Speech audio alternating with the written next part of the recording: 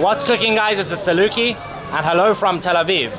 So many Israelis dream of living in America, the American dream, moving there, starting a business, selling some shady electronics. But there's actually a lot of Americans that decide to move to Israel, mostly Jews. So I have a professional American with me. Hello. What's the first thing you get asked when people notice you're an American? You're from America. Why are you here? Why did you move here? למה? את משוגעת? You see, the reason that I needed a professional American is that she told me that this group was American. I wouldn't have known. I think I'm right. Let's find out. Are you guys American? English. Oh, shit. Okay, close. You moved from the US, you opened a business? I mean, I moved here for him, for love, and on the way we opened businesses. How did you guys meet? Traveling. Oh, and he's Israeli, yeah? Yeah. So I didn't actually think I would come to Israel ever, but I met him and... Are you Jewish, like you did Aliyah? No. You have like a mixed couples visa kind of thing going on? Yes, we got married so I can be here. We also love each other. I need to say that. When I tell people we got married so we can come here, they're like, but are you together? I'm like, yes, we also have love, yes. Yeah. And I bet his parents were happy, you know. They didn't mind that I'm not Jewish, and they're super cute and accepting, and I've lived with them for a year even, and everything was okay. So. Yeah. So how did you end up running this business here? So we're like doing a lot of stuff, building with our hands, being creative and stuff, and we have a really big rooftop that we renovated, and we do events and parties and shows and stuff there. Yeah. And then our good friend was like, guys, we have to open a business together. We're gonna be amazing with it and like whatever. So she gave us the push to take a place and do the brave move and open a real official business, and now we've been open for 6 months here. Damn, how much does it cost to like rent a spot there in the center of the shop? Oh my god. This is the most prime real estate. That ranges between 10,000 to 20,000. I was here just this week with my friends, all American. We love to come to Samantha's because we feel like, first of all, the drinks are delicious, and it's also awesome to support fellow folks who have taken a risk in their lives and are here and like get what it's like. Yeah, it's not easy, and sometimes you feel like, I mean, even Israeli business owners, but the country doesn't really make it easy for you. No, this is, I believe, It's like hard. 80% of businesses crash in their first year. Yeah. In Israel, something like that, yeah. So we're like 6 months, yay, and everyone who comes here is like amazing. Did you first come and check out Israel for a couple of days, or? So I met him traveling, and we knew each other for a few years, and we were dating. And like long of distance? Course, yeah, and of course I knew I wanted to come to Israel. Yeah. He told me a lot of great things about it. And we came here for about 6 months, and I was on the tourist visa to see if we could see ourselves living here, if we want to be here. He's pretty open-minded about living in other places as well. Yeah. And by the end of the 6 months when I was here, I was like, you know what, I can really like see myself building a life. And we left for a year, we traveled a bit, we went to the US. We actually wanted to get married in the US because it's just recognized everywhere if you get married in the US. But they didn't let him in because he was coming and going too many times, and they got suspicious of a young single man coming to the US, so they didn't let him in. And so I went by myself, got all the documents I needed. We got married in Cyprus, and then we came to Israel, and we've been here since before Corona. Tell everyone where you're from originally.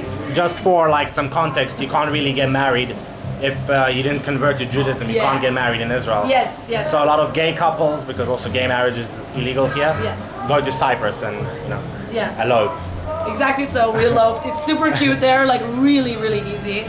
They have a kind of chapel in an art gallery. It's really, really nice. I bet they already have like a place where all the Israelis go. Yeah. It's super set up for everyone. They're like, we've done this 1,000 times. It was like a business kind of, you know, but they still made it cute and special. What's the thing that you like the least about Israel? The traffic and the sweating. That seems to be the answer today. Yeah, like everyone. The hot garbage in the street. You're in the wrong area for What else do I hate? Oh, Israelis? Stop! Green apple, celery, ginger, and spinach. I spilled one all over myself the other day. Thank you, love. Yeah. Chaim. Time. Okay, I'm making myself a little drink out. We're having cocktails at 12 a.m. here. Listen, if you're hanging out with me, You're having especially on a Thursday, you're having cocktails at 12, okay? What, you're not a Friday day? That too. In Tel Aviv, it's always drinking, sorry. Israelis smoke a lot of weed. But do you think Americans smoke more or? I was never much of a weed smoker, so I feel like I'm not like as in tune to that. But people here, I feel, smoke really casually and a lot. Yeah. And from what I remember from when I was in the US like a long time ago, it was bongs and Yes. really intense and not as much part of the culture. You were either a smoker or not. I mean, that's Yeah. I don't Yeah, really and know. then here you get people just walking around with a joint. Yeah. Rolling it on the table Yeah. at Yeah. a restaurant. Here it's a lot more casual and you're smoking weed in a joint.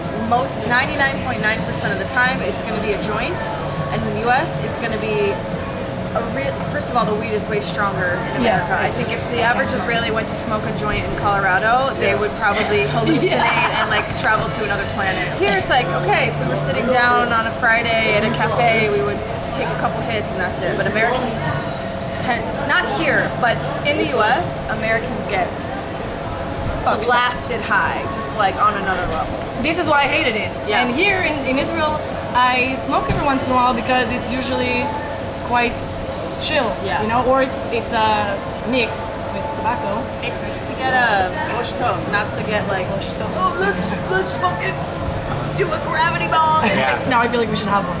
And I'd get on camera and be like, huh? Yeah. The guy in Petah Tikva broke your not smoking thing, and I'm breaking a not drinking streak. Yeah. I didn't drink in like months. Let's make Argentina proud. Yeah. Oh my god, guys. Cheers. Cheers. Yeah, that's fine. You like it better with a Coke or clean? Different. I like to clean. Laura, She is you want to be on having, camera? She's having a hard time. I am horrible on camera. Laura, I thought I was too, and he came in and he was like, I'm gonna make a video, and then we started talking, and then I realized he had the camera like on.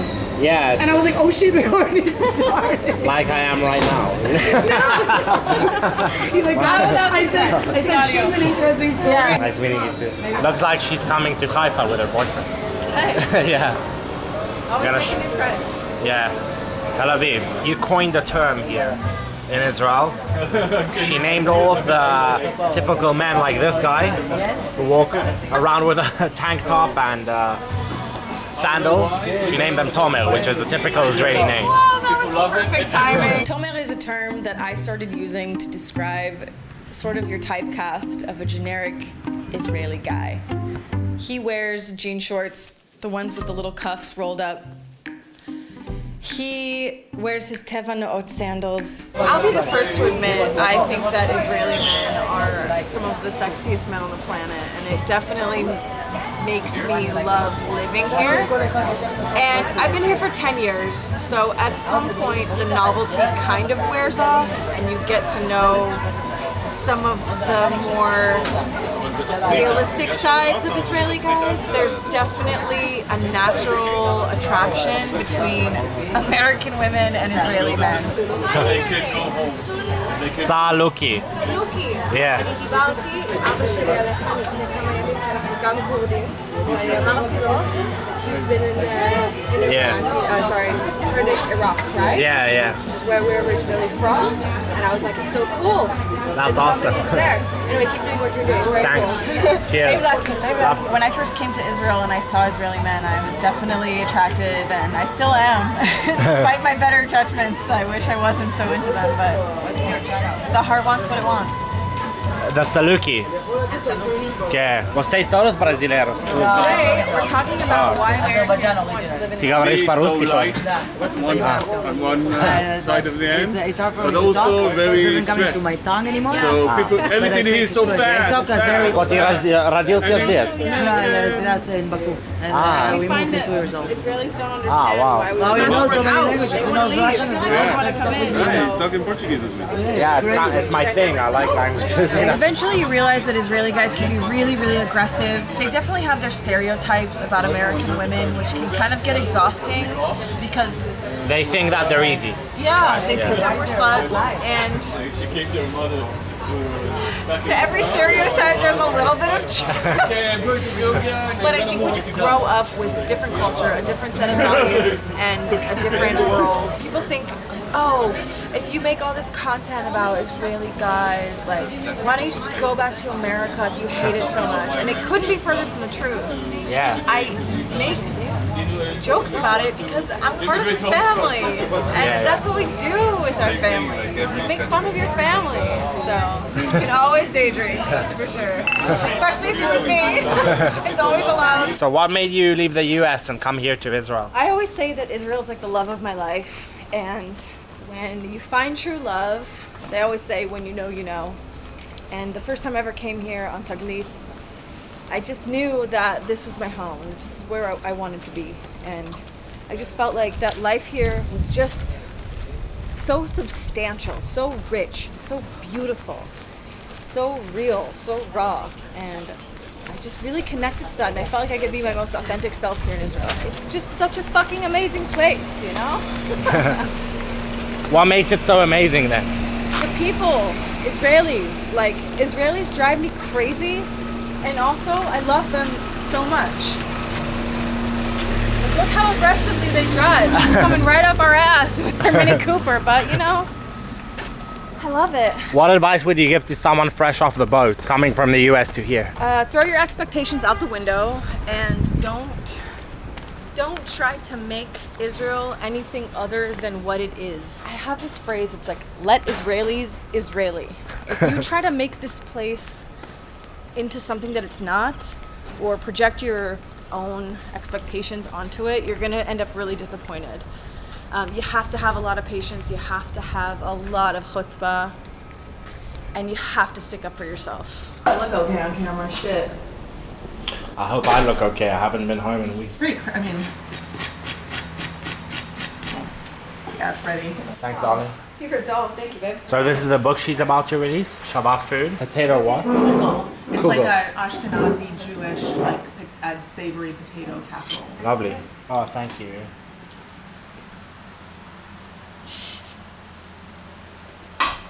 Good? Lovely, yeah. Thank you. Yeah. The chicken is nuts. Like. Thank you. I'm a Kogo? I hope so. I'm a slut, and then it just cuts. Hi, ladies.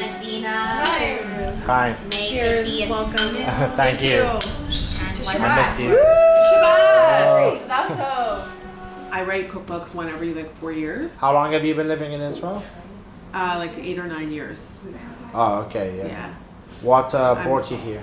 I moved here because my husband is American Israeli and we met 9 years ago in America. Me? Oh, yeah. Hi. How may I help you? Oh, you're gonna help me? Yeah. That'd be amazing. Is that good? Yeah, it's okay. Amazing. Did you do the cooking stuff also back in the States? Yeah. I've been working in the culinary world for like 20 years. Yeah. I've co-authored like 15 cookbooks with other people. Oh, you're like a ghostwriter? Co-writer, not a Oh, ghostwriter. okay. My name's on the books. Nice. Yeah. And what did you work in when you initially came to Israel? This. This? I was already doing what I'm doing, and I just was able to relocate and do it from here. So it was a smooth transition? For me, it was, yeah. What was the hardest part about it? No deli sandwiches and no dim sum from New York City. I would say the hardest part was getting used to just feeling like I had to answer for the country, even though I'm just like a person. You mean like explaining when people ask why? Why this is happening, what's happening with the government, with the political situation, you know. Yeah. And sometimes you can feel like an outsized amount of pressure. Yeah. Like as an American, nobody asks you why you went to Afghanistan. Or Yeah. why, you know, exactly. Are you also going back for the holidays? Don't forget about us. She's going on the book tour. Oh, no shit. So how was your transition to Israel? I lived here for 2 years before I actually officially made Aliyah. So I'd built a pretty strong community, and I had learned Hebrew, and I went straight into a master's program, so I kind of had a lot of structure. So I feel like that helped a lot with the transition. Thank God, it was really easy. I always say I was the fuckboy in an on again, off again relationship, kept finding reasons to be here. And I finally decided all right, gotta Do you think Hebrew is necessary here in Israel? I think it depends on the kind of Israel experience you're trying to have. It's definitely possible to get by without Hebrew, but you're gonna have a very unintegrated experience. Your friends are gonna be Anglo. But don't you find most Israelis speak Hebrew? Speak English? Sorry. They speak English, but they don't necessarily want to. They don't necessarily want to have friends that they can only talk to in English. So all of my Israeli friends, we talk in Hebrew, even though they speak English. Yeah. Because like that's the language here. Like you're choosing to move to a country, like why wouldn't you learn the language? But also it can be really frustrating because as soon as Israelis hear an American accent, I find that they love to show off their English. I find that with like people like miltzarim and things like that, but like with friends, like my trick for Hebrew is just talk really quickly and act like you know what you're doing, because Israelis speak Hebrew poorly. They speak Hebrew incorrectly. Yeah, it's true. So it doesn't matter if you do, just speak quickly and with confidence and they won't switch to English with you. I always say speak Hebrew like a 26-year-old dude who's trying to hit on a tourist. Like he never lets his, he's from where you are. Come to my house, we have a glass of wine, maybe. You know Netflix? Smoke a... I put. Hi, my love. Hi. I brought my dear friend. She's like, it's your store. Hanging out with Margaret, you run into a lot of people. I met her from the neighborhood and I just love her business. I can't have people over when my house is a mess. No, I love that. They'll get it. I'm a Virgo. I need order. Yeah, but you're also clear and assertive, and you're boundary. I'm Israeli now. When's your birthday? December When in December? 2. Oh, so we have a Sagittarius. We have a second. That's why you don't have any boundaries. Margaret here is into astrology, as you may or may have not noticed. Shabbat shalom. I think a big thing for me with moving from America was I never really felt at home in America, and like not how like some people say like, oh, because I'm not like it's not a Jewish state or whatever. More just in the sense that I didn't feel like my values aligned with American values. Like it's very capitalist. It's very much like people work to live as opposed or they live to work, as opposed to like in Israel I feel like people just like work in order to be able to live, but they're like much quicker to be like, let me take a day off and take my kids, you know, hiking, or like just to like really be done at 5 and like live their life. And like they really value travel, and I feel like people here are less materialistic. Like it's not really about like how big is your house or how showy is your car. It's more about like what experiences do you have and like how much of you like actually lived. So both of you guys did Aliyah. Could you like Yeah. walk me through the process? Like Aliyah is when a Jew not from Israel immigrates to Israel. My dad's Israeli, so I had a certain status. Like a returning citizen. Yeah. Yeah, so I was able to make Aliyah pretty, not easily. I made Aliyah from within Israel, so I didn't do any of the like charter flights or, you know, kissing the ground when I got off the plane or anything. But let's say I'm just like a random Jew living in Minneapolis, and then I wanna. There's Jews in Minneapolis? And then I wanna come here to Israel. Like, what kind of benefits do I get? What ulpan, whatever, like where they teach you Hebrew. I know that there's certain types of ulpan that are included. Ulpan are Hebrew lessons that are included in the benefits package for people who make Aliyah. It's a long process. You have to have a lot of paperwork gathered. It doesn't happen overnight. I mean, you're immigrating to a new country. It's very bureaucratic. It's a process that really tests your willingness. It's kind of a trailer for the kind of shit you're gonna have to deal with as an Israeli citizen. Israelis themselves are super welcoming, but Israeli bureaucracy will make you second guess everything. The best thing you can do when you get to Misrad Pnim is to like smile, ask the person how they're doing, like ask them what their name is, and like make them feel like you're really nice and really kind, because they'll give that back to you. Because sometimes if like get the wrong person at some bureaucratic office in Israel, like day over, like that person didn't have a good morning, like they could ruin your life. How long until you get your passport, your Israeli citizenship? 3 months. You have to do it upon arrival. You get a passport 3 months in, and it's for 5 years, and then you have to get a new one in 5 years. So now you have the Israeli passports. You can go to Brazil and Russia. Mine's expired. I need to get it renewed. Where did you come from in the US? Which state? I'm from Philadelphia. I grew up in the suburbs of Philly. My mom's Israeli and my dad's American. So many Israelis wishing for the American dream. What made you do the opposite? So I grew up with an Israeli mom, so I really kind of always felt Israeli in America.